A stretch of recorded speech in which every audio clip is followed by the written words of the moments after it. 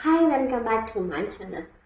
ఈరోజు నేను ఏం మాట్లాడదాం అనుకున్నానంటే, నేను ఇప్పుడే ఇలా వస్తుంటే రోడ్డు మీద ఒక ఆవిడ వర్క్ చేయడానికి వెళ్తుంది. ఒక అమ్మాయి తను ఆగేసి ఫ్రూట్స్ కట్ చేసుకున్నట్లుంది. అవి తీసుకొని వచ్చి గబగబా రోడ్ సైడ్ ఆగేసి స్పీడ్గా తింటుంది. బ్యాగ్లో అక్కడ పడేసి అలా తింటుండేసరికి నాకు నిజంగానే బాధ అనిపించింది. ఎందుకంటే మనం పొద్దున్న నుంచి సాయంత్రం వరకు ఉరుకులు పరుకులు, పెద్దవాళ్ళు కానీ చిన్న పిల్లలు కానీ బస్సు ఎక్కినప్పుడు కానీ వాళ్ళ హడావిడిగా వచ్చి ఆ తినే కొంచెం కూడా ప్రశాంతంగా పీస్ఫుల్గా లేకుండా కూర్చొని హడావిడిగా తినడం నాకు బాధ అనిపించింది. ఆ అమ్మాయి హడావిడిగా తింటూ ఉంటే ఏదో టైం అవుతుంది అనుకుంటా, వర్క్కి వెళ్ళాలేమో, అలా హడావిడిగా తింటుంటే నాకు అలా అనిపించింది.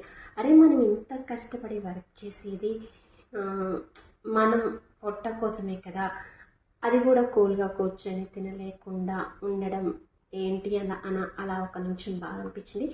ఇదే కదా, నేను చాలామంది బస్సుల్లో కానీ ఎటన్నా ట్రైన్స్లో ఎక్కడైనా కానీ వాళ్ళు వెళ్ళేటప్పుడు గబగబా వాళ్ళు తెచ్చుకున్న కొంచెం అన్నమో లేకపోతే టిఫినో ఏదో ఒకటి కంగారుగా తినడం, మేము వర్క్కి వెళ్ళాలి, వర్క్ లేట్ అవుతుంది అని ఇలా తినడం నాకు కొంచెం అది చూసినప్పుడు బాధగా అనిపిస్తుంది. ఎందుకంటే అరే, ప్రశాంతంగా కొంచెం సేపు కూడా మనం కూర్చొని తినలేకుండా ఇలాంటి జీవితాలు అయితే మనం గడుపుతున్నాం.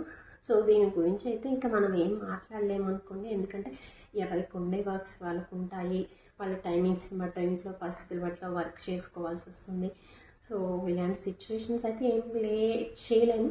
కాకపోతే తినేటప్పుడు ఒక 5 మినిట్స్ 10 మినిట్స్ ప్రశాంతంగా కూర్చొని తింటే బాగుంటుంది. ఎవరైనా కానీ మీకు వర్క్స్ ఉండొచ్చు, అందరికీ వర్క్స్ ఉన్నాయి, కాకపోతే తినేటప్పుడు పీస్ఫుల్గా కూర్చొని తినేసి వెళ్ళండి. ఏం కాదు, తినేటప్పుడు అంత కంగారుగా తినకండి. కూర్చొని తినేసి అప్పుడు మీ వర్క్కి వెళ్ళండి. కావాలంటే ఒక 5 మినిట్స్ లేట్ అయినా ఏదో ఒకటి మేనేజర్తో దుబ్బులు పడ్డా ఏం కాదు, కానీ ప్రశాంతంగా అయితే తినండి. ప్లీజ్ ఈ వీడియో అయితే నచ్చితే లైక్ చేయండి, షేర్ చేయండి.